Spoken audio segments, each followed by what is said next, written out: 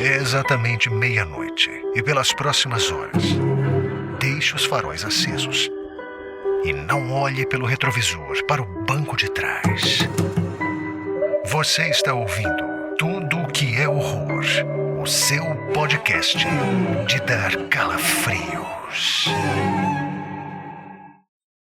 Fala pessoal, bem-vindos a mais um episódio do Tudo que é Horror, o seu podcast que versa sobre o lado obscuro do insólito. O podcast Tudo que é Horror, dessa vez, vai passar por uma reformulação e nosso episódio semanal vai sempre contar com uma entrevista e logo em seguida um bloco focado em notícias do cinema e da literatura de terror no Brasil e no mundo. Eu espero que vocês curtam esse novo formato. O podcast também agora é uma parceria com a editora Diário Macabro, uma editora independente que lança livros majoritariamente pelo Catarse, focada também no insólito, no weird e no terror, desde coletâneas com autores nacionais como Poe Reimaginado, Dossiê Insetos, Lovecraft Reimaginado, até publicações de autores internacionais de renome, como por exemplo o Terror Cósmico Examinado, onde a Natália e eu analisamos os contos do H.P. Lovecraft, e também traduções de livros que inspiraram John Carpenter. Então a gente tem a coleção John Carpenter, onde tem, por exemplo, O Enigma do Outro Mundo, do Campbell, a gente tem o Vila dos Amaldiçoados, do Wyndham, e a gente vai ter também o Eles Vivem, do Ray Nelson. Então é uma editora independente que faz um trabalho incrível. E agora, o podcast Tudo que é Horror é parte dela. Espero que vocês curtam o episódio. Vamos logo para nossa entrevista.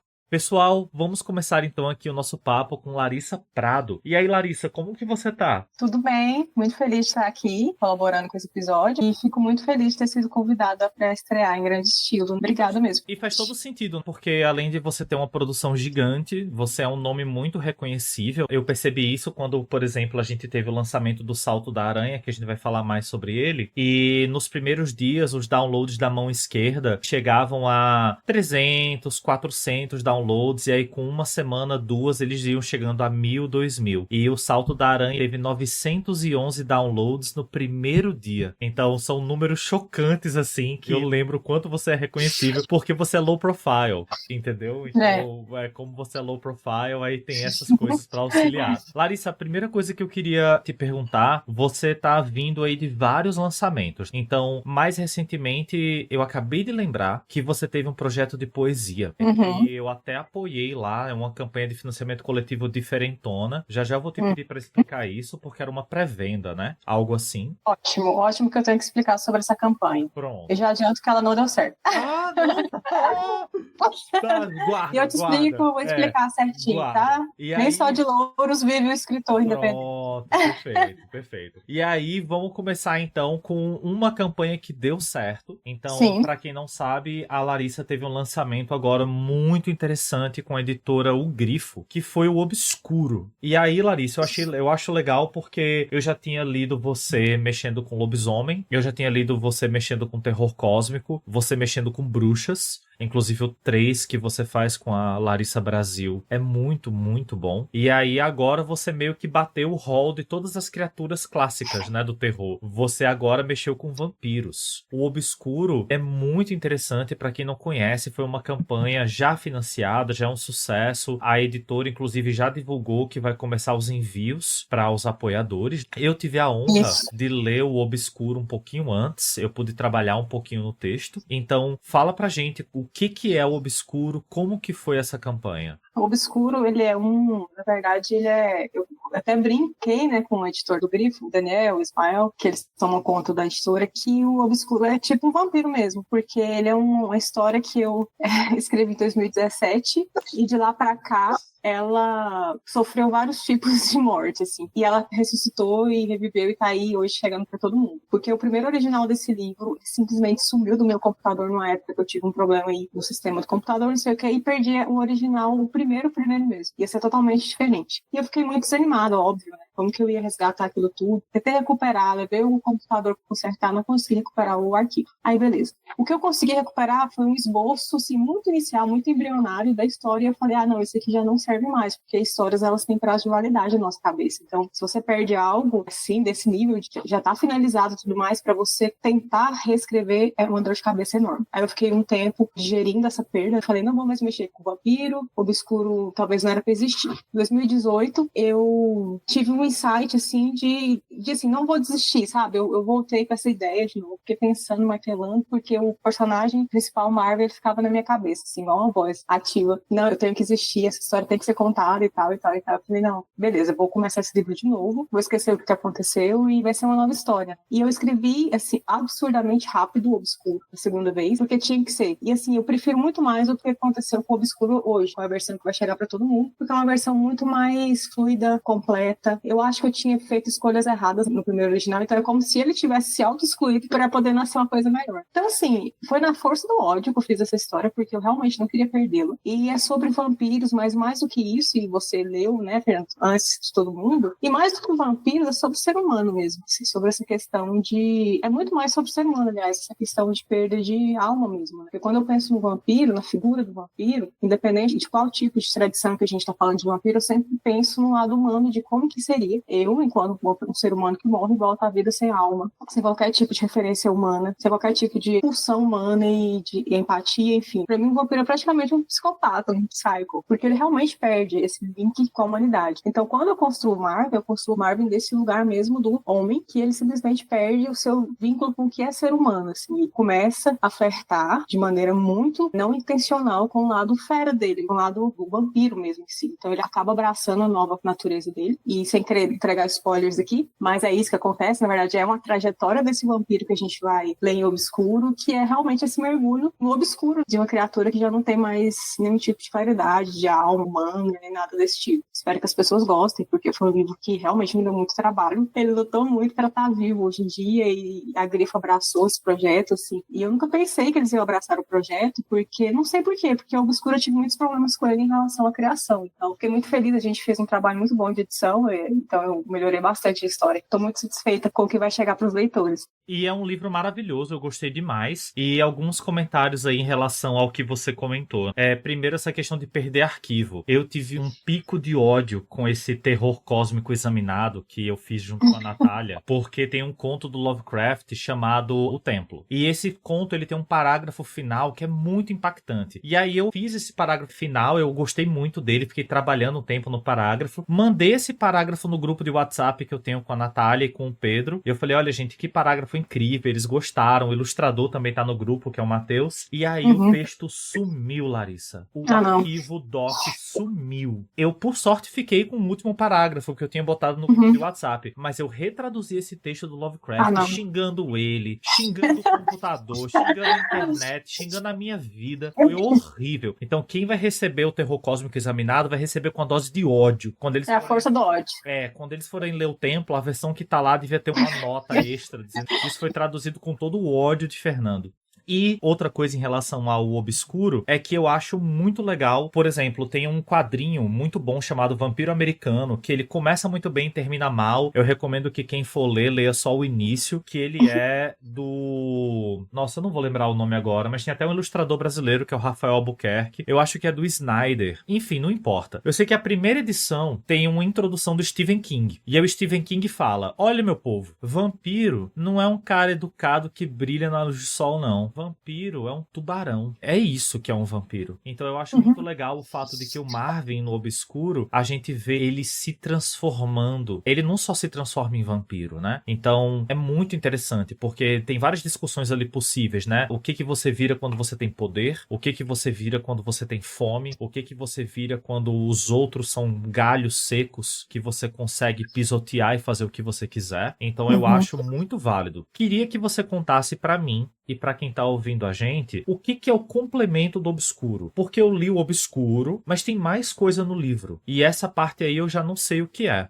Tem. Você não chegou a ler, né? Não. O complemento. Ele é uma surpresa, então, para todo mundo, porque as pessoas apoiaram no financiamento coletivo o Obscuro, né? E a gente teve a ideia de incluir material extra, que são 2 contos que se passam no universo de Obscuro. Então, traz outros tipos de vampiros, do mesmo estilo do Marvel e tal, como se fosse uma tentativa minha, vamos dizer assim, de criar esse vampiro do universo Obscuro. Então, são 2 histórias urbanas que se passam, assim, em períodos recentes, né? Pode até ser considerado atuais e tal. E são histórias muito influenciadas pelo meu amor pelo Hitchcock. Então, são histórias que, quando eu escrevi, depois que terminei, que eu falei, nossa, isso que dava um filme do Hitchcock. Porque, principalmente um conto lá, que é um conto que se passa no hotel de beira de estrada, que, inevitavelmente, todo mundo vai lembrar de Psicose. Então, tem esse conto e tem um outro conto que conta a história da origem da Sina, que é a vampira, que, enfim, tem um trailer a ver com Marvel, né? Então, são 2 contos que se complementam e complementam a história. Então, seria, tipo, uma camada a mais pra mergulhar em Obscuro. Então, não são contos cronologicamente se passam antes de Obscuro, mas são contos que dão pro leitor uma visão mais ampla do que são esses vampiros, né? Então, eles não vão ficar só com a visão do Marvel, da história do Marvel. Então, expandiu, né? Então, você tem uma leitura maior de outros vampiros, de como que funciona. E, principalmente, a Sina, né? Que eu tentei fazer uma brincadeira no conto dela, porque a Sina, ela é uma vampira que ela nasceu na época do Jack Stripador. Então, vai ter referências do Jack Stripador nesse conto. Quando o Ismael leu esse conto, porque o Ismael pegou e foi revisar e editar comigo e tal, ele falou assim, tô tão curioso pra saber onde que vai levar essa história, porque eu não falo o nome, né, do Jack Stripador, mas tem todas as referências ali, e é uma história que quando eu era jovem eu fiquei muito assim, fascinada por Jack Stripador, lia tudo de Jack Stripador, eu falei, não, um dia eu vou incluir essas referências em alguma história e veio a calhar de ser na história da Sina. Então, é bem curioso os contos, espero que as pessoas gostem, são bem diferentes uns dos outros, mas eles se complementam, conversam entre si, sabe? Ah, que massa. Você me fez lembrar de um meme. É assim, quando eu tinha 14 anos, eu super me preocupava com o Triângulo das Bermudas. Como que é isso, Triângulo das Bermudas? Então é isso, o Jack o Estripador, né? Quando você vai ler sobre aquele cara que ninguém nunca descobriu quem é, e o cara matou a rodo, né? Então acaba chamando muita atenção. Isso é muito legal, porque você expandiu o seu próprio universo. Eu acho isso muito bom. Inclusive, por exemplo, no Elas Mordem tem o seu conto Carne Doce. Pra quem não sabe, Elas Mordem é um lançamento da Mão Esquerda, e o Carne Doce da Larissa tá ali junto com A Fera da Clemence Hussman. E o Carne Doce é muito bom. E inevitavelmente eu fico pensando como seria interessante a gente ter o universo do Carne Doce aliado ao universo do Obscuro. Então, assim, dá muito pano pra manga. Eu acho que é muito interessante. E dá pra perceber o seu amor ali também por cinema, né? Você falou agora do Hitchcock nesses 2 contos, mas quem lê o Obscuro vai pensar em Guillermo del Toro, vai pensar em Anne Rice, adaptada, vai pensar em Coppola com o Drácula do Coppola, que é um evento, né? Se a gente comparar com o Drácula livro. Então eu acho que dá pra gente perceber essas suas influências ali com bastante tranquilidade. Aproveitando que mais pra frente a gente vai discutir sobre o dossiê rádio com o qual você tá envolvida, pra quem tá escrevendo, vamos dar uma primeira dica pra quem tá escrevendo, pra quem mexe com escrita, pra quem gosta disso. Você acha que filmes, séries são boas fontes de inspiração? Definitivamente. Particularmente, o que me fez escrever foi o cinema. Não foi a literatura em si, porque eu me tornei uma leitora ávida nos 18 em diante. Olha mas só. até os 18 eu era uma cinéfila, assim. Tanto que quando eu era menor eu falava, eu quero fazer cinema, eu quero dirigir filme, eu quero escrever roteiro. Mas aí a vida vai acontecendo e você vê que não é tão simples assim. Mas assim, o cinema, pra mim, é porque eu sou uma pessoa muito visual. Você sabe disso, né? A gente conversa muito sobre arte. Então quando eu vejo uma arte, eu penso 1000 histórias em cima daquela arte. Quando eu vejo um filme, eu penso 1000 coisas que poderiam vir dele. Então é muito importante a gente se alimentar disso, porque é uma influência inconsciente, assim. Não é que você vai copiar o filme, não, mas até filme ruim, às vezes te dá uns gatilhos de você pensar, cara, olha essa fotografia, olha esse enredo, olha o que ele pecou aqui, poderia ter sido diferente. Então, assim, eu acho, na verdade, todo tipo de arte, pra mim, pra literatura é indispensável. Eu considero literatura uma arte, mais do que qualquer tipo de mercado. Mais do que pensar em mercado literário, eu penso antes na literatura como uma arte. Então, qualquer tipo de arte associada à escrita, eu sempre tô buscando. Então, é filme, música, teatro, musical, tudo, assim. Artes plásticas, eu acho que tudo influencia muito na hora que você vai criar. Porque criar histórias, né, você criar universos, querendo ou não. Eu super concordo. E assim, a gente tem... Você meio que constrói léxico, né? Porque, sei lá, imagina que você vai escrever um obscuro da vida, você tá num edital de vampiro, então você pode sentar ali na sua sala. Não é tão simples você pegar um romance de, sei lá, 400 páginas e ler em alguns dias, né? Ainda mais se você trabalhar no Brasil.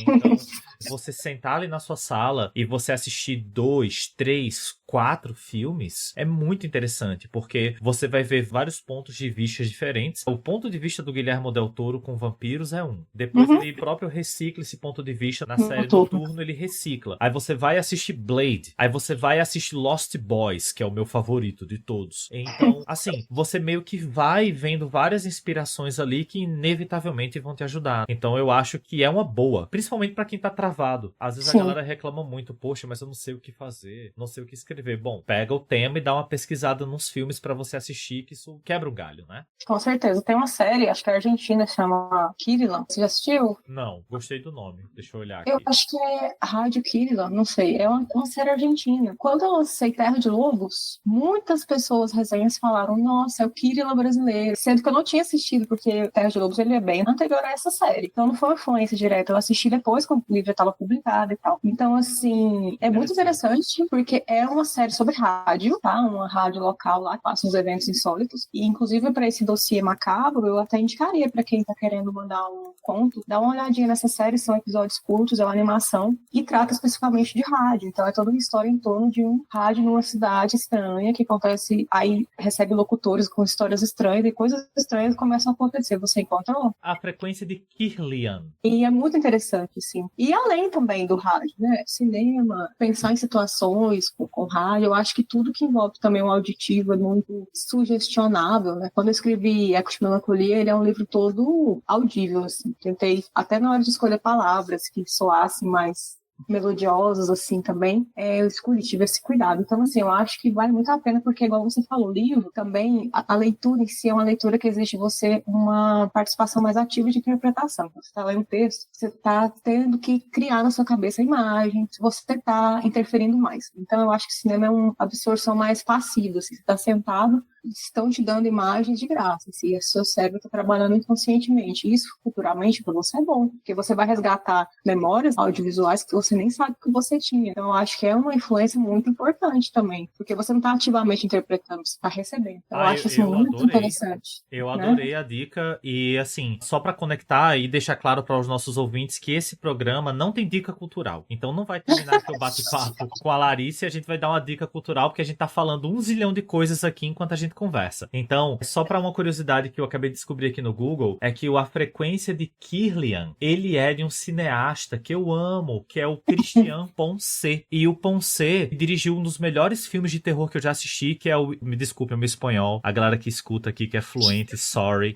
Que é História de lo Oculto. E esse filme de 2020 é brilhante. Não conheço. É bom? Muito bom.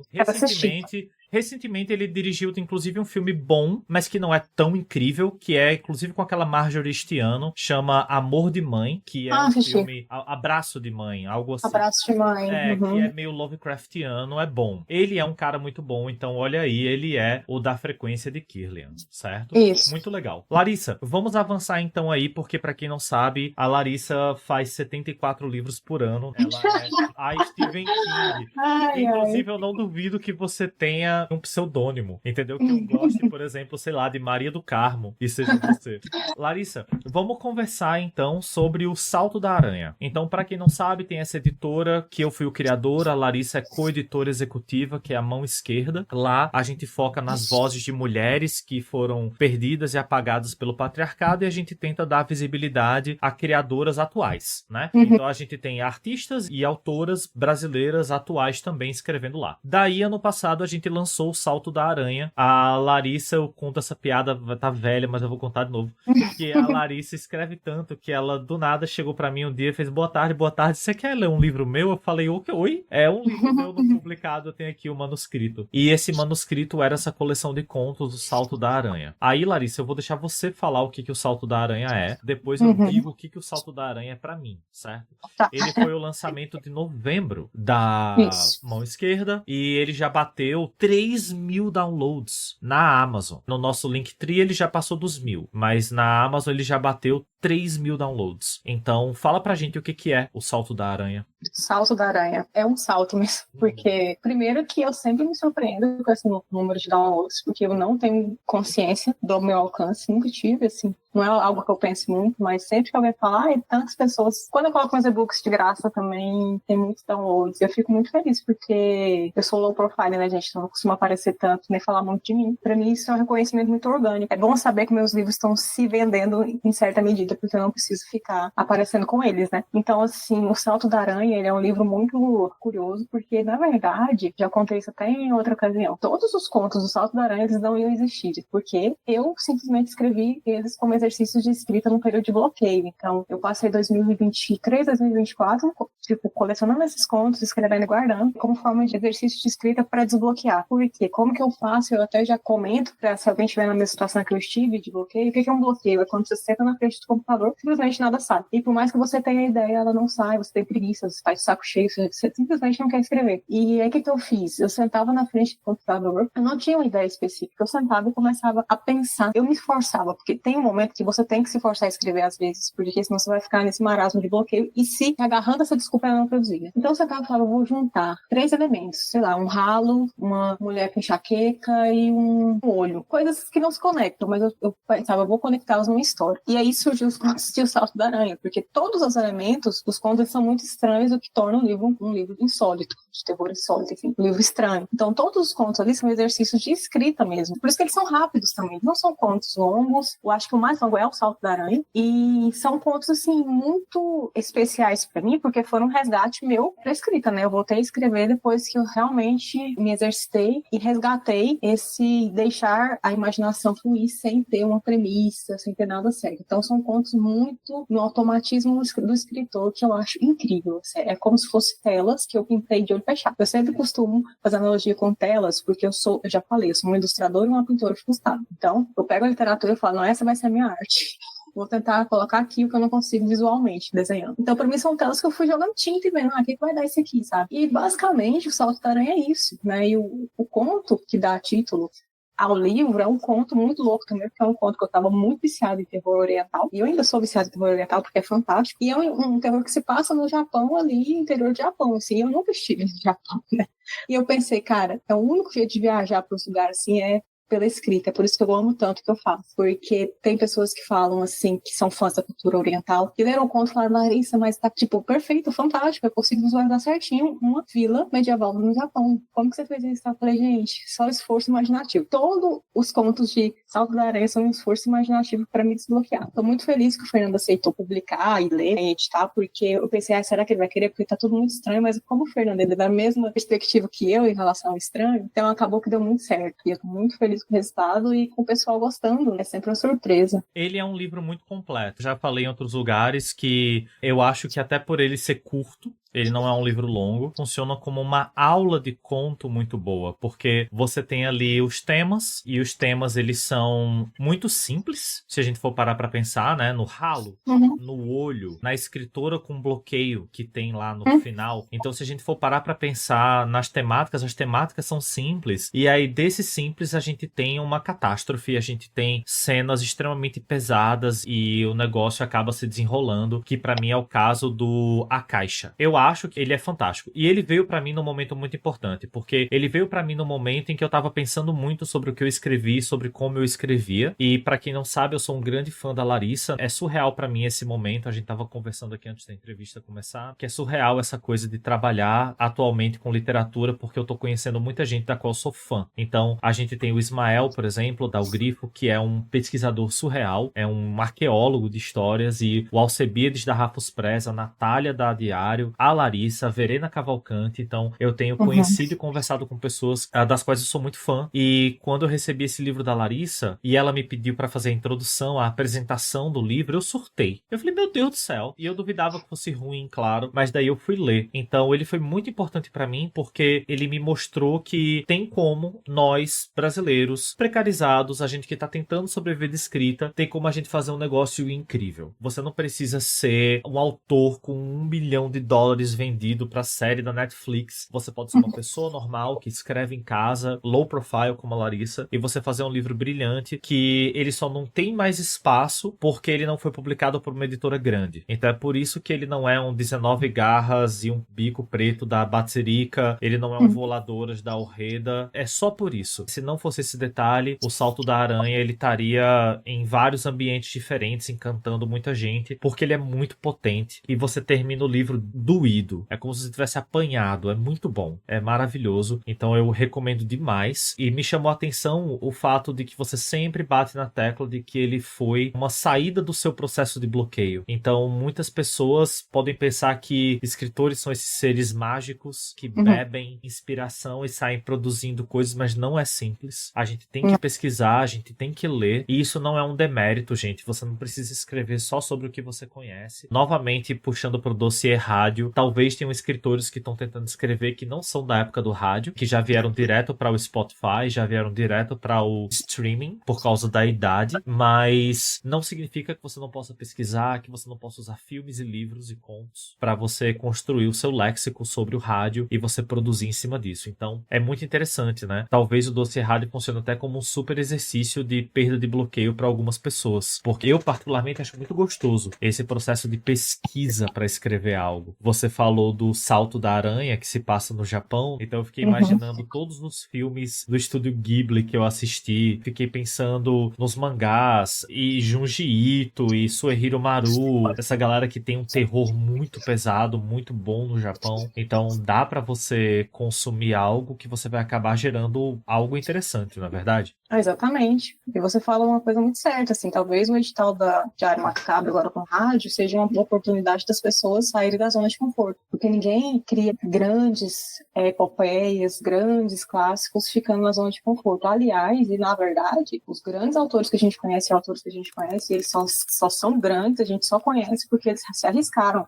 Na época que eles escreveram, o que eles escreveram não era o que estava em voga, muitas vezes não era o que estava na moda, mas eles se arriscaram, né? Então, isso eu acho que é fundamental para quem escreve. A escrita não é inspiração, assim como nenhuma arte. Para mim, a escrita é um exercício que você, se você não exercitar, a fonte seca. E a gente vive um período muito, a gente aqui no Ocidente é muito racionalizado. Então, assim, a nossa razão às vezes é o nosso freio, né? Então, não permite que a gente imagine, que a gente se permita, que a gente explore a criatividade. Então, acho que a gente tem que realmente tirar o pé do freio. E, por exemplo, quando você vai pesquisar um assunto que você não sabe, é mais um conhecimento na sua vida. Não é só para escrita, não é só para sua história, mas você acaba conhecendo muita coisa. Para mim, um escritor, ele é um grande e um autodidata em tudo. Acaba se tornando um mago, acaba se tornando aquela pessoa que entende um pouquinho sobre tudo. Dia desse eu estava pesquisando para um conto que eu escrevi. Gente, não tô lembrando para qual antologia foi, porque eu já participei de 500 mil, não lembro qual que era essa.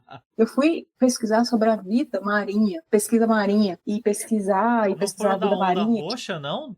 As muitas cores que caem no espaço? Para a mão esquerda. Aí eu fui pesquisar, como que é o nome de peixe, o que causa a morte de peixe, como que é o desequilíbrio do ecossistema marinho. Então, assim, coisas que eu nunca na minha vida cotidiana não pesquisaria porque eu quero. A vaga volumosa. Isso, a vaga volumosa. Então, assim, eu acho que é muito rico. E o escritor em si, que pesquisa, que vai atrás da zona de conforto, ele é diferenciado. E o que ele escreve também se torna diferenciado, né? Então, quem tá aí pensando ainda, será que eu escrevo ou não? Ah, mas eu não tenho familiaridade com rádio, mas rádio... Cara, se você se permitir, você vai conseguir criar uma coisa muito surreal. É só se permitir, não achar que é viagem demais. Coloca no YouTube, o YouTube tá aí pra isso. Coloca no YouTube, rádio, história do rádio, casos com rádio. Sabia que tem vários casos de terror que envolvem rádios? Então, assim, só pesquisar e se deixar levar. Muito bom. Antes da gente entrar, então, pra valer no dossiê rádio, você quer contar essa questão do Vertigem e o que aconteceu? Foi uma vertigem. O que acontece? Vertigem era o meu livro de poemas, que ele foi contemplado no edital da editora Tá Aí Um Poema, que é uma editora, assim, muito voltada pro poema mesmo, pra poesia e tal. É super legal a iniciativa das meninas. Fantástico. Então, assim, só que, infelizmente, a forma de publicação deles é só através do financiamento coletivo pela plataforma da Benfeitoria, que é uma plataforma que eu nunca tinha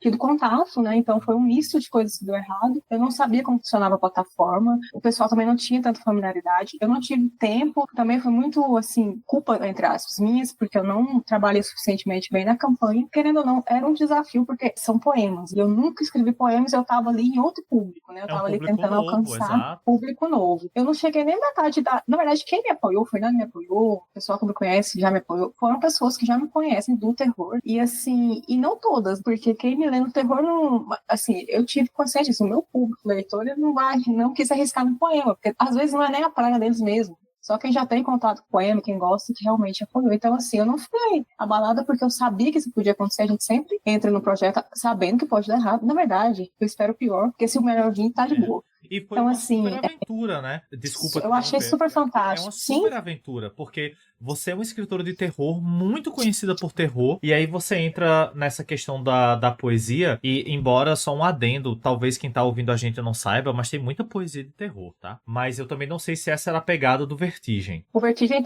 são poesias bem surrealistas, assim, e tem terror também, tem sólido, tem ali, eu bebo muito com o Augusto dos Anjos, Lord Byron, Nailda Rich, eu amo, Fernando Pessoa, então, são poesias muito existencialistas, muito insólitas também. Então, assim, foi bom, eu me arrisquei, assim, eu nunca pensei nem que iam selecionar o meu livro. Eu mandei de doação porque explico. Aqui em Goiânia, o forte é poema. Então, assim, olha só. Aqui é o poema. Então, toda feira que a gente vai, evento que a gente vai, a gente fica, eu e a Larissa Brasil, a gente costuma ir juntos, né? Quando é aqui, a gente brinca, olha lá, se você escrevesse poesia, você estava vendendo livros, os seus são tudo parado aqui, que é de terror. E a gente brincando, Larissa, escreve poema. Aí eu falei pra ela, não, menina, você acredita que eu tenho uns guardado mesmo? Ela não escreve, publica, você vai ver, quanto você vai vender aqui, ó, igual água. Aí eu falei, não, será? Aí a gente levou isso a sério, eu juntei tudo no livro e eu falei, vou tentar esse edital e foi contemplado. Eu nunca esperava. Então, assim, eu não sabia se ia dar certo ou não, porque realmente eu não estava preparada para, vamos dizer assim, lutar pelo poema. É um campo que eu ainda estou muito insegura e patinando ainda. Então, assim, eu acho que o livro, ele só acontece quando tem que acontecer, igual o Obscuro. Então, esse livro pode ser que ele venha um dia a surgir, sim, quando eu estiver mais realmente preparada para mexer com o poema, com o público que consome. Então, não foi dessa vez. E isso acontece, gente. Tem campanhas que não dão certo. É muito difícil você ficar lutando por uma campanha, sabe? Vamos aproveitar que a gente tá num... Não, desculpa, conclui, depois eu falo. Pode falar. Não, só ia falar, vamos aproveitar que a gente tá discutindo literatura e vamos deixar claro nesse podcast que não existe essa coisa do sonho de, ai meu Deus, eu vou escrever o livro, eu vou virar o Stephen King. Para, isso tem que acabar. Eu lido muito com essa coisa, muita gente fala, puxa, mas eu não vendi tanto, mas eu tô nesse edital, ou então eu fui selecionado por uma editora e eu tô com mais 10 autores no edital de um livro de conto e eu não consigo vender. Gente, não é simples. Não é simples, certo? É muito mais uma questão de determinação do que de qualquer outra coisa, certo? Então, depois da determinação, vai ter um envolvimento das pessoas que você conhece. Depois do envolvimento das pessoas que você conhece, vai ter a oportunidade. Depois vai ter o público, as redes sociais. Lá embaixo vai estar a qualidade do seu texto. Até chegar na qualidade do seu texto, demora um pouco. Você tem que passar por várias camadas. Então, não fiquem nessa maluquice do sonho de publicar e de já entrar numa questão de estrelato. Eu acho que você tem que publicar porque você quer. Eu acho que esse é o tchan. Você quer o seu texto ali, então aí sim. Mas não vai nessas viagens, não. Tem que estar preparado para essas coisas acontecerem, normal. Com certeza. E outra coisa, a persistência, sim, porque você também tem que estar preparado para publicar. Eu conheço muitas pessoas que, às vezes, não estão preparadas para lidar com tudo que vem junto com a publicação, inclusive o não alcance, sabe? Às vezes você publica um livro, você gasta e não consegue ter saída. Normal. Eu tenho livros aqui até hoje empilhados que eu publiquei em 2019. Então, assim, normal, porque a gente vive num país que as pessoas ganham pouco, o livro da cultura é caro e é difícil vender, ainda mais sendo independente, porque tem editoras enormes aí que consomem todo o público e o pouquinho que você consegue é realmente aquelas pessoas que acreditam no seu trabalho. Então você tem que acreditar no seu trabalho também. São muitas variantes assim, que fazem tudo ser muito difícil. Então você tem que gostar mesmo. E outra coisa, escrever para vender, tem que rever o porquê que você está escrevendo. Exato. Porque você não vai vender. Assim. Exato. E isso conecta muito bem com o que eu quero conversar contigo, porque uma excelente oportunidade para essa galera que está começando a escrever, ou para quem já escreve, já está publicado, é o edital da Diário Macabro. Então, para quem não sabe, a Diário Macabro é uma editora independente, uma editora que, assim, gente, o trabalho da Diário é muito bonito, né? Não é só porque esse é um podcast que é uma parceria com a Diário, mas vocês podem entrar lá no site, podem comprar os volumes para vocês verem vocês mesmos, assim, sem intervenção de Larissa ou Fernando. Então, a Diário Macabro, ela já publicou Lovecraft, já publicou Campbell Jr., já publicou John Wyndham, vai publicar agora Frank Belknap Long, publicou o Ray Nelson, são todos autores que influenciaram o John Carpenter. Então, a gente tem vários autores aí publicados, mas a Diário também foca no nacional. Então, a gente teve coletâneas aí desde Poe reimaginado, Lovecraft reimaginado, até os dossiês. A Larissa tá agora capitaneando acompanhando, ela é uma das responsáveis pelo dossiê rádio. Então, Larissa, conversa com a gente sobre o dossiê rádio. O edital está aberto nesse momento, eu vou até deixar uma página aqui aberta com ele, para a gente poder falar datas e tudo mais. Como que funciona essa questão do dossiê rádio, Larissa? É rádio 66.6, inclusive. É a frequência que todo mundo vai entrar. Esse dossiê, ele veio de um... O dossiê antigo era o dossiê TV Trash. Pensando nessa lógica, a gente foi lá pro irmão mais velho da TV, que é o rádio, né? A gente voltou, andou para trás. E foi uma ideia que veio, a Natália veio e propôs para mim, né? E pro Felipe Teodoro, que é o autor que tá comigo nessa, de ser organizador. Nós dois estamos organizando. Estou muito feliz com o convite e é um dossiê que todos os dossiês da Diário, assim como todas as antologias, elas são uma excelente porta de entrada para quem quer publicar. Não que só iniciante vai publicar, não, tem muita gente boa. Eu vou ter um conto, tá? Nessa antologia, eu e o Felipe, a gente vai ter contos nessa antologia. Outros autores também, já veteranos, podem mandar e estão mandando também. Então, assim, não é só para iniciante, mas eu falo por quê. Por que também é importante os iniciantes participarem? Porque é uma forma de você ser publicado por uma editora muito boa. Eu considero hoje no mercado uma das melhores editoras independentes que tem. Eu tenho um amor muito grande pelo Diário Macabro, pelo Grifo. Todo o meu rol de editoras foram essas que ficaram no meu coração. Então, assim, não tem nenhum tipo de rabo preso de falar que são as que eu realmente indico para quem quer publicar, quem quer ter um texto bem tratado, bem respeitado, e você também ser respeitado como autor, que é muito importante. Então, é a chance de você mandar seu texto. Eu e o Felipe vamos ler com todo cuidado. A gente já começou as leituras, tá? A gente já está discutindo, debatendo. O autor, o Felipe, é uma pessoa muito sensata também na hora de ler e de ponderar as questões. Então, assim, é uma chance de vocês enviarem. E o que é essa premissa, né, do edital? Você tem que escrever uma história de terror ou ficção científica, qualquer coisa aí nessa vertente do horror, que tenha como elemento o rádio. Então, qualquer tipo de referência ao rádio. Não precisa ser só o rádio, o objeto que o rádio. Não. Qualquer tipo de referência que tenha um rádio ali. E tem um período histórico que a gente delimitou de 1910 a 1980, que é aí um período que, enfim, não vai envolver tanto essa questão de agora, das redes sociais, tudo mais, até para respeitar um pouco a história do rádio. Então, a gente delimitou ali um escopo de tempo que respeita a própria história do rádio. Então, eu acho que é um período extenso e muito propício, porque a gente tem vários acontecimentos históricos aí que vocês também podem explorar. Não necessariamente precisa, óbvio, trazer nenhum tipo de ambientação histórica, de que, não sei o que é a Segunda Guerra, não sei o que é a ditadura, não. Mas vocês têm a liberdade de explorar, então a gente tem várias demandas históricas inspiradoras, que eu acho que dá muito pano para manga. Mas, além disso, o que a gente gostaria de ver, pelo menos da minha parte, e eu acredito que é do Felipe também, que a gente já conversou muito, é criatividade. Quem leu as minhas histórias vai saber o que eu gosto de ler. Então, assim, eu prezo muito por textos diferentes, assim, textos que vocês acham assim, tá muito fora da casinha e tal. É o que me conquista. Tanto agora organizando o dossiê, quanto organizando as antologias da mão esquerda. Então, são textos diferentes, sabe? Tentem me surpreender. Tentem surpreender uma leitora que lê muito e que já tá entediada. Fala assim, vou escrever um texto porque a Larissa tá muito entediada e esse aqui vai ser um arraso, esse aqui vai ser muito diferente. Então, tem até o dia 28 de maio. Então, hoje, a data dessa gravação é dia 2. O programa vai ao ar amanhã. Então, significa que você tem aí mais de 25 dias para você inscrever o seu conto, né? Então, você tem até a meia-noite do dia 28 de maio. Dá para enviar até 2 contos por autor. Então, se você for uma pessoa estilo Larissa, que escreve pra caramba, manda os 2, né? Não tem problema. Os 2. Pode ter ideias diferentes. Você escreve uma ideia, depois escreve outra ideia e manda. E outra coisa que eu só ressalto aqui, que é muito importante, o edital ele é pensado estrategicamente.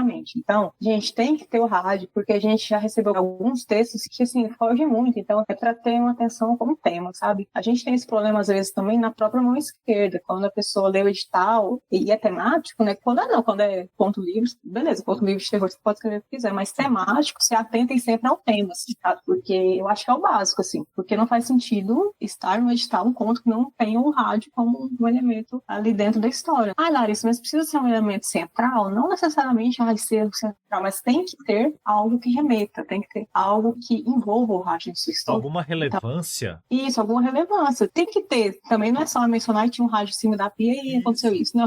O rádio ele tem que trazer alguma mudança para a história, ou movimentar a história para algum sentido, ou ser a origem de alguma coisa. Então, assim, tem que pensar no rádio como um elemento central, um tema mesmo da história. Então, a gente espera mais contos, tá? O edital recebe HQs até 20 páginas, mas para texto corrido resumido são 25 mil caracteres, o que dá ali 10, 11 páginas. Vocês percebem que não são contos tão longos, tá? Então, também é outra forma de vocês exercitarem essa objetividade de vocês. E eu falo porque eu sou uma pessoa do conto curto, né? Eu gosto de escrever contos curtos e não é fácil escrever conto curto porque você tem que trabalhar muito a sua questão de falar tudo em poucas sentenças. Então, também é muito curioso trazer esse característica do edital e coloca a imaginação aí pra rolar. Pesquisem, sabe? Joga na internet casos, tem umas lendas com rádios que eu cheguei a olhar. Então, assim, o meu conto já tá pronto, não vou dar nenhum spoiler, mas ele já tá prontíssimo. E mais David Lynch impossível, porque eu acho que o cinema do David Lynch ele tem tudo a ver com rádio, tudo a ver com frequências auditivas. Então, eu indico também quem não conhece, eu acho muito difícil, quem gosta de agora e não conhece cinema.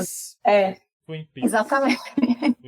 Twin Peaks. Dá uma assistidinha no Twin Peaks, alguns episódios, filmes dele, ele mexe muito com essa questão do auditivo e do onírico. Você sabia que a gente tá completando 35 anos do Twin Peaks esse ano? Sério? 35 anos. Nossa, ele tem quase a minha idade. Muito legal, muito legal, cara. Eu quero só complementar o que a Larissa falou. Eu vou fazer duas coisas. A primeira é falar da minha experiência, porque ano passado eu fui selecionado para o dossiê Insetos. Então, a primeira coisa que eu quero deixar claro é que vocês vão ter um tratamento incrível, porque a editora é extremamente profissional. Então, todas as histórias de terror que você ouviu sobre editoras malucas, que julgam os autores, ou que cortam, ou que fazem você se sentir péssimo, não vai acontecer. O Pedro e a Natália, eles são extremamente profissionais, desde o processo de seleção ao processo de apresentação, gerenciamento da campanha, gerenciamento de gastos, ilustração, é tudo muito bem feito. Então, vão sem medo de ser feliz. Vai acontecer provavelmente o que aconteceu comigo, que é querer ficar na Diário Macabro pra sempre. E aí eu fui entrando nos outros editais, depois no LGBT Terror e depois no da Diário Macabro, Revista Diário Macabro 9. E agora estou trabalhando oficialmente com a Diário Macabro pra sempre, como tradutor. Então, é uma editora muito completa nesse sentido. Eles estão muito preparados para o que eles estão fazendo. A parte de gerenciamento de redes sociais, como eu também estou envolvido nisso, faço gerenciamento de campanha, de divulgação junto com a Natália e o Pedro, também vai ter um tratamento muito legal. A gente seleciona os melhores lugares para divulgar, para dar entrevista sobre a coletânea, para a gente fazer esse catarse voar e todo mundo ser publicado. Então, vão sem medo de ser feliz. Isso era a primeira coisa que eu queria falar. A segunda, Larissa, foi que alguns autores de outras coletâneas da Diário Macabro mandaram dicas. Eu pedi aqui no WhatsApp e eles mandaram dicas bem legais que eu vou ler aqui em voz alta. Eu vou começar pela minha, porque o pessoal deu dicas assim bem complexas e bonitas. A minha foi mais prática. Então, a minha dica, gente, para você que vai participar desse edital ou de qualquer outro é leia o edital. Quando terminar de ler, leia de novo, principalmente a parte numérica. Então, tamanho do texto, datas. Isso é crucial. Depois você vai pensar nas histórias óbvias que todo mundo vai montar pensando naquele tema, e aí você faz uma coisa completamente diferente. Essa é a minha dica, é assim que a minha mente funciona quando eu vou para editais. Eu vou ler agora a dica do Fábio Arese, talvez essa seja a pronúncia do nome dele, se não for Fábio, desculpa. O Fábio, ele participou da revista Diário Macabro 3, 5, 6, do Manicômio Salgueiro, Caso Filo Medusa, Destino Eclipse, Volumes Dissonantes, Lovecraft Reimaginado e dos dossiês macabros Táxi e TV Trash. E ele fala o seguinte: não tenha medo de ousar nos seus temas e estilo narrativo. Use a sua própria voz e evite ser prolixo. A originalidade sempre foi uma qualidade muito recompensada na Diário Macabro. O resultado disso é uma série de histórias que desafiam as expectativas do leitor. O Stefano Pelletti, que participou do Manicômio Salgueiro, Caso Filo Medusa e Dossiê Macabro OVNI, disse: explore seus próprios medos ao escrever. Vai dar mais profundidade e verossimilhança ao medo dos personagens. Essa dica é muito boa. É de ouro, né? Essas dicas. É tudo que a gente estava falando, convertendo tudo na questão de originalidade. Exatamente. O Alcebiades Diniz, que também é editor da Rafus Press e participou do Volumes Dissonantes, ele falou: evite, como a peste, como se você estivesse fugindo da peste, soluções fáceis e clichês do terror. Busque soluções e conceitos que sejam originais ou, ao menos, bem menos explorados para construir a sua narrativa. Então, é legal porque a gente bate nessas duas grandes teclas, né? Originalidade e, ao mesmo tempo, léxico. Então, vai se alimentar, vai ler, vai procurar conto, vai procurar filme, vai procurar série para você arrochar e você conseguir construir uma história bacana para o seu dossiê rádio. É isso? Eu usaria até a palavra,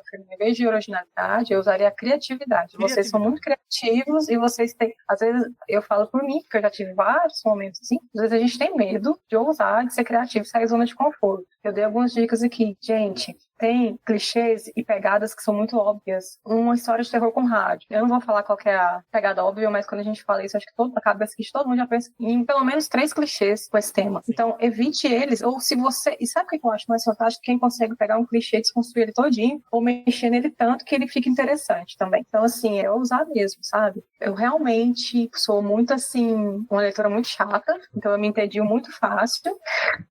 Como leitor, eu tenho uma bagagem muito grande de leituras de terror, e não quero desanimar ninguém, mas o Felipe tá na mesma pegada. A gente tava conversando também, e não tem nenhum que é bonzinho, então nenhum dos dois é bonzinho. Então, assim, a gente não tem acesso aos nomes de quem manda, tá? Isso é importante, né? Tudo às cegas. É às cegas, então não tem aquilo, porque já aconteceu, infelizmente, no passado. Eu participei de toda a questão do volume de dissonantes. Eu fiz um conto como autora convidada para lá, e teve uma questão com o Oscar Nestares e com o Tássio, que eram os organizadores, que são os organizadores da antologia, que algumas pessoas que não foram selecionadas, às vezes ficam chateadas, mas é perseguição porque não gosta de mim. Gente, a gente não sabe de quem são os contos. Nem se a gente tiver um ranço, a gente não vai conseguir identificar ali. Então, assim, a gente não escolhe a Diário Macabro igual, só retomando o que o Fernando falou, eles são muito sérios em relação a isso, porque não tem nada ali que é pessoal. A gente escolhe, às cegas, os textos que realmente mexerem com a gente, que fizer algum sentido dentro do edital. Então, é isso, gente. Olha, vou aproveitar isso aí, Larissa, para falar que o seu texto vai enviado para o e-mail submissões lá do edital sem nome. Você envia o seu e-mail e o seu conto vai anexado sem nome. Se você mandar lá,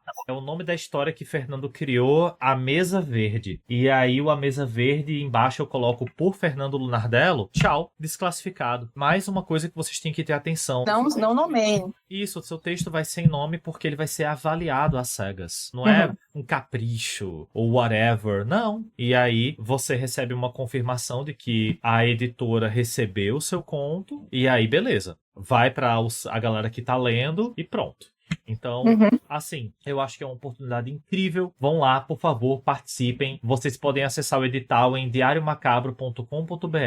Quando vocês abrirem o site, vai ter lá editais. E aí você clica e já vai direto para a página do rádio 66.6. Ok? Larissa, queria te agradecer por estar aqui. Foi muito legal gravar contigo. Esse é o primeiro episódio de muitos. Você vai voltar, porque a gente vai ter um episódio sobre terror cósmico. E aí eu vou querer você de volta pra gente conversar um pouquinho sobre isso. Então você e provavelmente a Natália. Vai ser muito legal. Aí eu espero que a galera goste. O nosso podcast vai ser semanal. E depois dessa entrevista, vocês vão ouvir aí um barulho de um rádio, inclusive, pra ficar tudo no mesmo tema. Vocês vão ouvir um barulho de estático horrível. E aí vai começar o bloco de notícias, onde eu vou comentar aí algumas coisas interessantes que aconteceram no cinema e na literatura de terror. Então, Larissa, muito obrigado. Quer dar palavrinhas finais? Onde é que o pessoal te encontra? Você que é low profile. Eu que agradeço o convite. Quero voltar, sim, com a minha parceira de horror cósmicos. A gente tá quase as damas do horror cósmico nacional, porque toda coisa de horror cósmico a gente tá ali marcando presença feminina. Então, assim, muito grata. Espero voltar mesmo. Me encontra no Instagram, eu voltei, tá, gente? Eu tinha desativado, resolvi umas coisas da minha vida, eu voltei. É lá no meu Instagram, LRSPRD.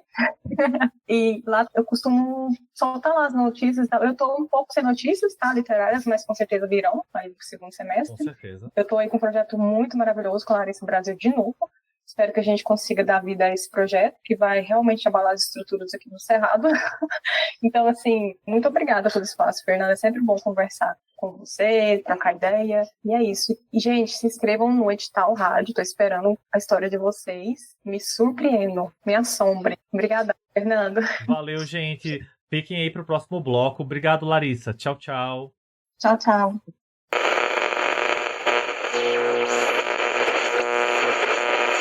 Vamos dar sequência aqui então, macabros e macabras, com o nosso bloco de notícias. A meta é que toda semana então a gente consiga trazer um convidado, como teve agora a Larissa Prado, escritora brilhante. No segundo bloco, a gente comenta notícias sobre o insólito. Então, terror, weird, sci-fi, horror. E a gente vai passar tanto por cinema quanto por literatura, certo? Então, provavelmente a gente vai conseguir diluir as notícias semana a semana, já que esse é o primeiro programa, tem coisas acumuladas aí de várias semanas. Mas vamos lá então. Eu acho que a primeira coisa que eu tenho que comentar, a gente agora tá na pauta cinema, é Sinners, que é o filme Pecadores do Ryan Coogler com Michael B. Jordan. Então a gente acompanha esses irmãos que voltam para a cidade pequenininha deles lá no Mississippi. O filme se passa nos anos 30, então tem toda aquela estética maravilhosa, meio gangster, meio Peaky Blinders. É um filme muito muito interessante, mas tem coisas peculiares que transcendem essa questão do filme. Primeiro que a gente tá falando aqui de um negócio que tá fazendo muito sucesso, que tá muito bem avaliado e que ele é independente. Ele não participa dessas franquias, principalmente quando a gente pensa em franquia hoje, automaticamente é Marvel e DC, mas como ele é um filme de terror, a gente tá longe de franquias como A Hora do Pesadelo, Sexta-feira 13, O Massacre da Serra Elétrica. Então a gente tá pensando aqui num filme de terror independente que tá fazendo muito sucesso, independente de franquias, porque ele é da Warner. E o Ryan Coogler, gente, ele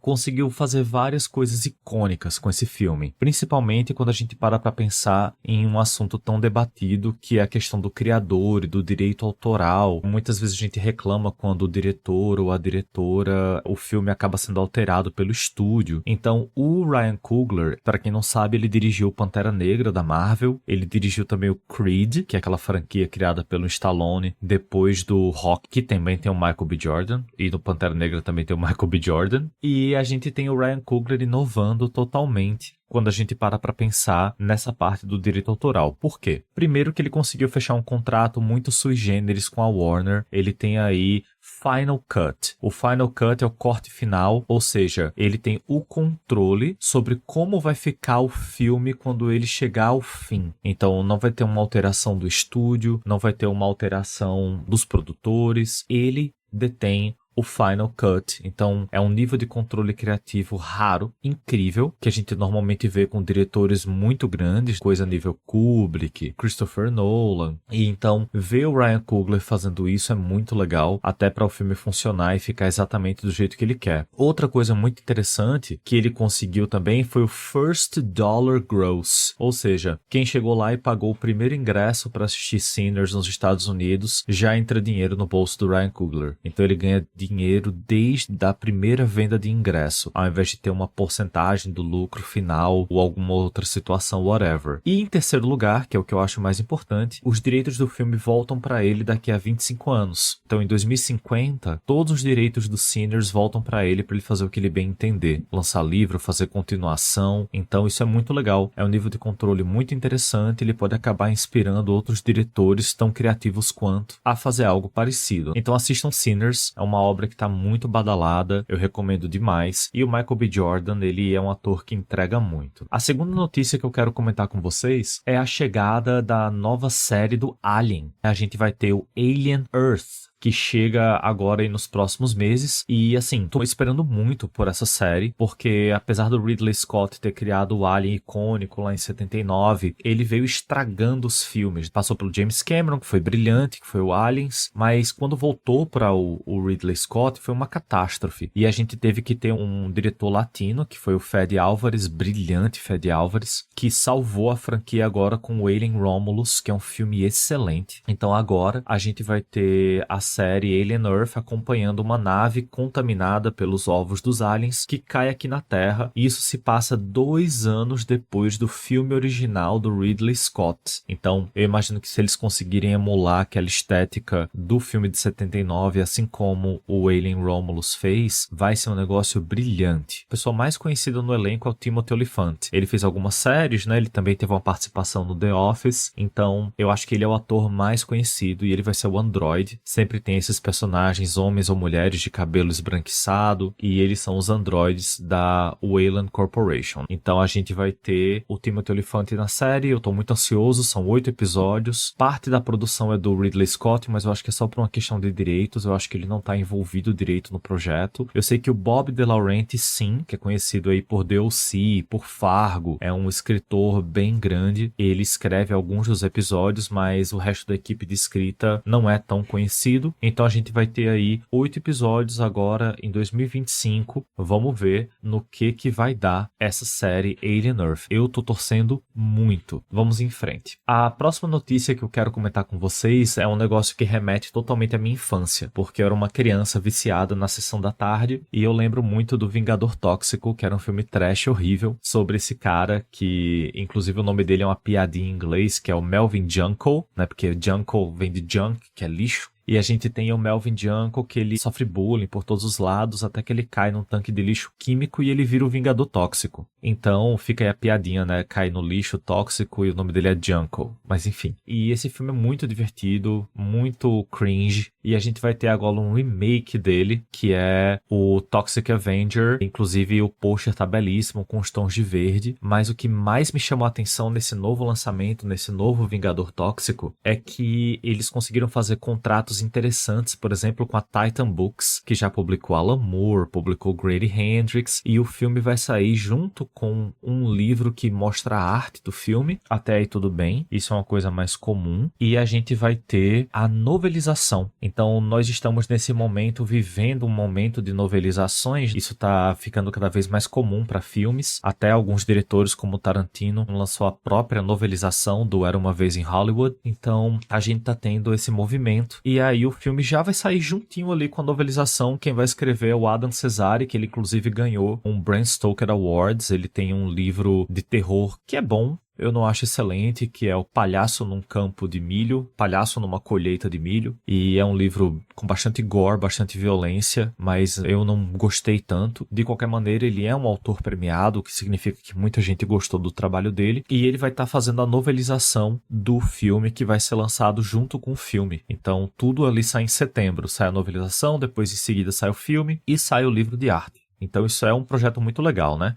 O filme tem muita coisa para dar certo, porque o material fonte é excelente e a gente vai ter aí o Peter Dinklage. Para quem não lembra, ele é o Tyrion, né, do Game of Thrones, nosso anão desbocado maravilhoso. A gente vai ter também o Elijah Wood, o Frodo do Senhor dos Anéis, e o Kevin Bacon. Então, assim, eu acho muito difícil o Toxic Avenger, essa galhofa, se eles fizerem do jeito certo, acho muito difícil dar errado. Só um comentário extra sobre essa questão de novelização. Teve uma coisa recente que, inclusive, fez a Natália, lá da Diário Macabro, e eu, a gente deu uma pirada com isso, que a gente descobriu que, inclusive, vai ter a novelização do In the Mouths of Madness. Então, é um filme incrível do John Carpenter, que ele é loosely based, como a galera fala em inglês, ou seja, ele é baseado assim de longe na obra Lovecraftiana, que é com o Sam Neill, ele tá nesse filme, e o In the Mouths of Madness ele vai ter a novelização. Então nós vamos ter aí mais um autor do Bram Stoker Awards lançando essa novelização de mais um filme. Isso é muito interessante. O Toxic Avenger, o In the Mouths of Madness, a galera agora tá investindo nisso. A próxima notícia que eu quero comentar com vocês é uma que abalou a Nerdolândia recentemente, que é o novo filme do Predador, Badlands. Então esse filme também é dirigido pelo Trachtenberg, Dan Trachtenberg, que ele dirigiu o Prey. E o Prey é um filme brilhante, né? Ele pega o Predador, coloca num cenário histórico antigo, ao invés do futuro, ao invés do mundo contemporâneo, e a gente vai ter esses povos originários norte-americanos combatendo o predador, tentando sobreviver, e inclusive tem como assistir o filme com os atores falando o idioma originário deles, ao invés de inglês. Então tem várias camadas de importância e de significado para o Prey, além de ele ser um filme brilhante, muito bem construído, muito bem elaborado, belíssimo, e aí a gente tem agora o Badlands, e a nerdosfera pirou por causa do visual do predador, porque o filme gira em torno desse predador jovem, que ele é um pária lá do clã dele, né, do clã dos predadores, e ele tem um visual diferente. Claro que a gente tá num early trailer, a gente vai ter talvez melhora ali da computação gráfica da boca, dos efeitos práticos, maquiagem, essas coisas às vezes ainda mudam um pouco, ou bastante, dependendo do filme. E aí a gente vai ter a nerdosfera pirando porque não gostaram do visual do Predador. Eu acho muito importante a gente lembrar que a gente não é dono dessas coisas. A gente ama, claro, mas a gente não é dono. Então a gente tem que permitir ali certo espaço de manobra para os criadores. O Trachtenberg, ele já se mostrou incrivelmente competente. Ele fez o Prey, que é um filmaço. Ele fez a série animada do Predador, que é o Killer of Killers, que é brilhante, e agora o cara vai estar entrando em mais um installment da franquia, então eu não acho que a gente tenha nada o que se preocupar com a qualidade do trabalho do Trachtenberg. Vamos acompanhar aí Badlands, daqui a pouco a gente vai ter ele aí nos cinemas, está programado para novembro. A próxima notícia que eu quero comentar com vocês é que nós estamos em 2025, o que significa que estamos completando 35 anos de Twin Peaks. Twin Peaks é uma série weird, eu acho que essa é a melhor palavra para categorizar esse lançamento, essa criação do David Lynch, que saiu em 1990. E Twin Peaks, ele é o pai e a mãe de todas essas derivações que misturam investigação criminal estilo FBI com o oculto. Então, se você parar pra pensar em Longlegs, se você parar pra pensar em Arquivo X, True Detective, que foi um sucesso a primeira temporada, tudo isso vai ter uma raiz que vem de Twin Peaks. Então, Twin Peaks é essa grande série cheia de misticismo, de ocultismo, de alienígenas e de criaturas sobrenaturais, de realidades paralelas, criado pelo David Lynch. Em celebração a esses 35 anos do Twin Peaks, a gente vai ter a série completa entrando no MUBI. Então, quem assina o MUBI aí a partir de junho vai ter a série original e também vai ter o Return, que são os 18 episódios feitos ali em 2017, que meio que dão uma fechada na série. Tem também o Limited Event, que funciona para amarrar algumas pontas soltas. Então, a gente vai ter tudo perfeitamente organizado aí para quem é fã de Twin Peaks na MUBI. Vamos em frente agora. A última notícia de cinema que eu quero comentar com vocês, a penúltima na verdade, é o novo filme do David Cronenberg. Então, o último filme do David Cronenberg foi o Crimes do Futuro, que é brilhante, com Viggo Mortensen. É sobre esse mundo apocalíptico, a humanidade tá ferrada com essa questão do plástico, e aí a gente vai ter a humanidade desenvolvendo esses tumores que são na verdade novos órgãos. E as cirurgias para remover esses órgãos acabam sendo tanto tidas como, assim, elas viram arte e também viram uma nova mania sexual ali, uma nova prática sexual. Então é um filme muito interessante, de muito body horror, com o Viggo Mortensen, que sempre entrega muito. Agora, a gente vai entrar no Senhor dos Mortos, que em inglês é The Shrouds. Shroud é aquele tecido mortuário, aquela manta mortuária que você envolve um corpo morto. Então a gente vai ter o filme com o Vincent Cassel, lá do 12 Homens e Outro Segredo, Cisne Negro, Irreversível. É um super ator francês. Ele, junto com o Guy Pearce, com a Diane Kruger, eles vão estar protagonizando o Senhor dos Mortos, que é sobre o cara que, o personagem do Vincent Cassel, que ele desenvolve uma tecnologia chamada Grave Tech. E a Grave Tech permite que você assista a decomposição do cadáver da pessoa que você enterrou. Então você paga lá e você pode ficar assistindo em casa enquanto ela se decompõe. Então imagina o que a gente vai ter nesse negócio. Vai ser nível Necromantic. A gente tem o rei aí, o deus do body horror, com bastante orçamento, falando sobre assistir corpos em decomposição. Então a gente tem grandes chances disso dar muito certo. Eu falei que era a penúltima porque eu lembrei que a Netflix adquiriu os direitos para Cujo. Então a gente tá tendo um revival aí do Stephen King, né? A gente teve o Carrie, que eu particularmente não gosto, eu prefiro a versão do Brian De Palma. A gente teve aí o A Hora do Vampiro, a gente teve o It. Então todo mundo tá refazendo suas obras do Stephen King. E aí a gente vai ter agora o Cujo, que é aquela história do cachorro, São Bernardo possuído pelo demônio, por assim dizer. E aí a Netflix, dessa vez, que entrou com a grana, e eles vão ter essa nova versão aí do Cujo. Vamos ver no que vai dar. Ainda nessa parte de cinema, tem uma notícia que vai conectar com a outra que eu vou trazer, que eu vou entrar agora no bloco literatura, mas eu vou conectar o bloco literatura com o bloco cinema, mencionando a mostra de cinemas Mestras do Macabro. Então a gente tem essa curadoria brilhante, organizada pela Beatriz Saldanha, que é uma estudiosa e crítica de cinema, e a Beatriz, ela conseguiu reunir uma seleção bem única de filmes, mostrando o trabalho de diretoras de terror em diversos países. Então a gente tem Austrália, por exemplo, com Babadook. A gente tem Reino Unido com Santa Maud, que eu adoro. A gente tem Near Dark, que é brilhante, da Catherine Bigelow, representando os Estados Unidos. A gente tem A Sombra do Pai, representando o Brasil. Tem vários, gente. Fora Psicopata Americano, filmes muito mais famosos, Cemitério Maldito, que estão nessa mostra. Então, a mostra Mestras do Macabro é brilhante, dá para assistir ela no CCBB. Vocês podem acompanhar o Instagram da Beatriz Saldanha para vocês terem acesso a todo o cronograma direitinho. Então, você simplesmente joga no Google Mestres do Macabro, CCBB, e vocês vão encontrar diversas informações sobre a mostra. Mas como é que isso se conecta com a parte de literatura? A parte da identidade visual da mostra foi criada pela Amanda Miranda, que ela é hoje um dos maiores e melhores nomes do terror brasileiro. Eu digo isso assim, sem nenhum pudor, sem nenhum medo, não tem como errar, podem ir atrás. A Amanda Miranda lançou alguns quadrinhos icônicos.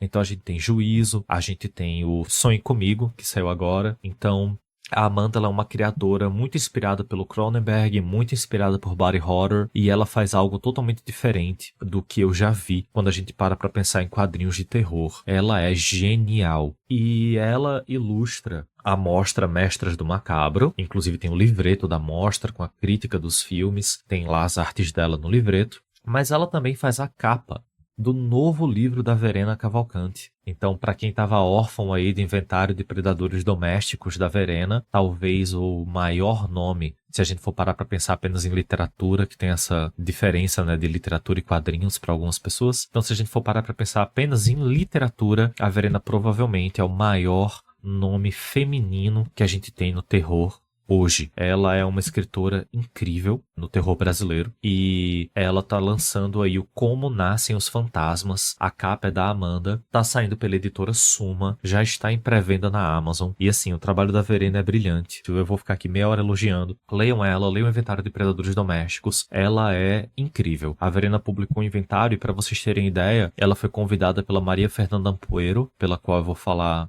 mais um pouquinho da Fernanda Ampuero daqui a pouco, que é uma grande autora de terror latino, para participar da coletânea Dantescas. Então ela teve um dos contos dela traduzidos para o espanhol e ela fechou um contrato recentemente para publicar o Inventário de Predadores Domésticos em espanhol. Então a gente ainda vai ouvir muito falar da Verena. Ela é uma escritora muito potente. Então eu recomendo muito que vocês fiquem ligados e que vocês procurem o Como Nascem os Fantasmas. A primeira notícia agora oficialmente do bloco de literatura, eu acho que é a mais óbvia de todas, é sobre o novo Catarse da editora Diário Macabro. Não é porque esse podcast aqui é um oferecimento Diário Macabro, mas o projeto, inclusive, tem a minha participação, eu sou o tradutor e estou construindo também uma biografia do Long, que é o autor em português. Então se chama Os Cães de Tíndalos e Outros Terrores Cósmicos. Então a Natália, que ela é essa super pesquisadora, doutora em literatura e estudiosa do terror cósmico, nessas pesquisas dela, ela se deparou com o melhor amigo do H.P. Lovecraft, que é o Frank Belknap Long. E aí ela decidiu trazer esse cara, que ele não era só o melhor amigo do Lovecraft, como ele também foi o primeiro autor que não era o Lovecraft a contribuir com os mitos do Cthulhu. Então ele tem várias histórias, algumas delas estão no livro, que contribuem para a ampliação aí dessa mitologia sinistríssima imaginada pelo Lovecraft. Eu sou o tradutor dos contos e a gente tá fazendo um trabalho surreal, discutindo com biógrafos do Long lá da gringa. Eu tive já que ler todas as biografias que saíram dele, outros livros, artigos. É um nível de pesquisa muito intenso no qual eu tô imerso há meses pra gente entregar esse livro pra vocês da melhor forma possível. Vai ter uma novela, que é o No Lar dos Monstros do Espaço, e aí vai ter os outros 5 contos a princípio, né? Porque a gente vai ter as metas estendidas. Então, no momento que a gente tá gravando isso, o projeto já tá com 14%. Então, por favor, corram lá, catarse.me/Tíndalos e sucumbam a mais um autor de terror cósmico brilhante. A Diário Macabro, que já trouxe Lovecraft, já trouxe Campbell, já trouxe Wyndham, agora tá trazendo mais um nome barra pesada. O Frank Long, ele tem uma carreira muito extensa. Ele nasceu em 1901 e morreu em 94. E ao longo dessa carreira ele escreveu muito, gente. É um autor que tem muito material pra gente explorar, então eu espero contar com vocês pra apoiar. Durante a primeira semana, inclusive, tem 20% off. Você consegue lá o seu livro por R$70 já com frete. Ainda na literatura nacional, eu quero conversar sobre a editora O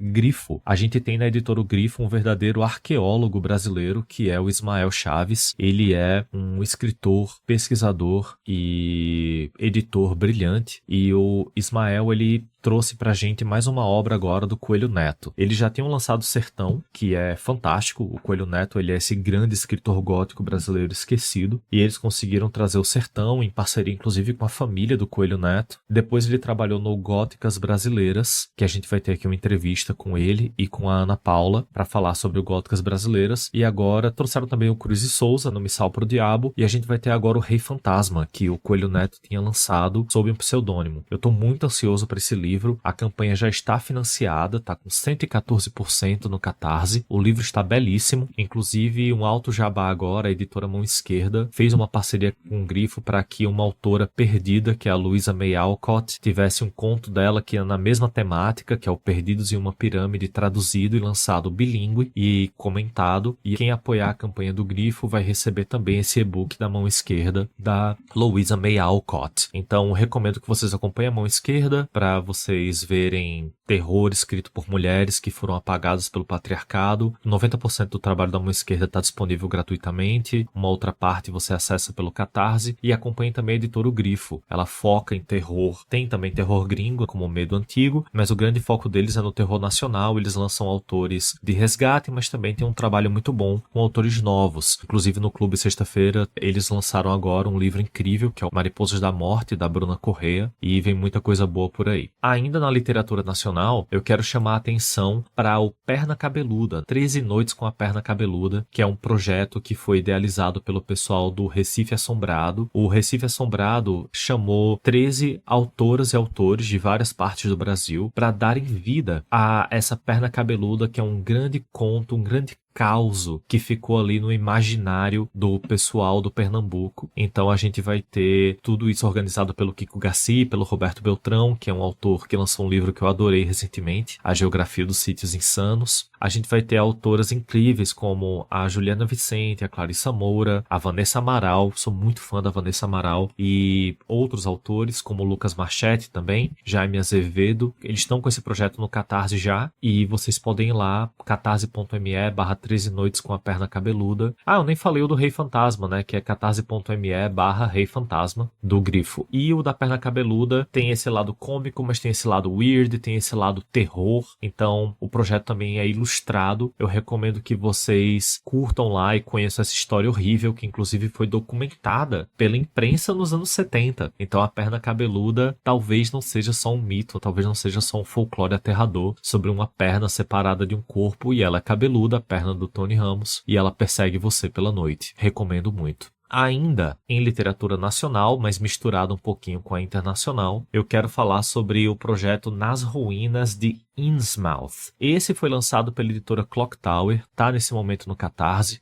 catarse.me/Nas Ruínas, e o projeto aí, capitaneado pelo Denilson da Clock Tower, pega o As Sombras de Innsmouth, que é um conto muito bom do Lovecraft, e eles convidaram vários autores para os autores escreverem em cima dessa temática, né? Então eles vão reimaginar, vão complementar, vão fazer uma expansão desse mundo da Sombra de Innsmouth. As histórias têm uma conexão e tem participação inclusive de autores já publicados, como é o caso do Alexandre Calari, que ele é editor e escritor. Ele saiu ali pelo Pipoca e Nanquim com alguns quadrinhos. Ele também tem livros sobre zumbis, tem livro de terror Lovecraftiano, então ele é um autor mais conhecido. Inclusive, há uma curiosidade, ele é irmão do Victor Calari, que lançou um dos melhores livros nacionais de pesquisa acadêmica em quadrinhos. Ele e o Márcio Rodrigues são grandes pesquisadores de quadrinhos nacional, e eles lançaram juntos esse livro sobre pesquisa de quadrinhos. Procurem aí Victor Calari e Márcio Rodrigues para acompanhar, e se puderem apoiem lá Nas Ruínas de Innsmouth, da editora Clock Tower. É uma proposta bem inovadora explorar essa temática Lovecraft, então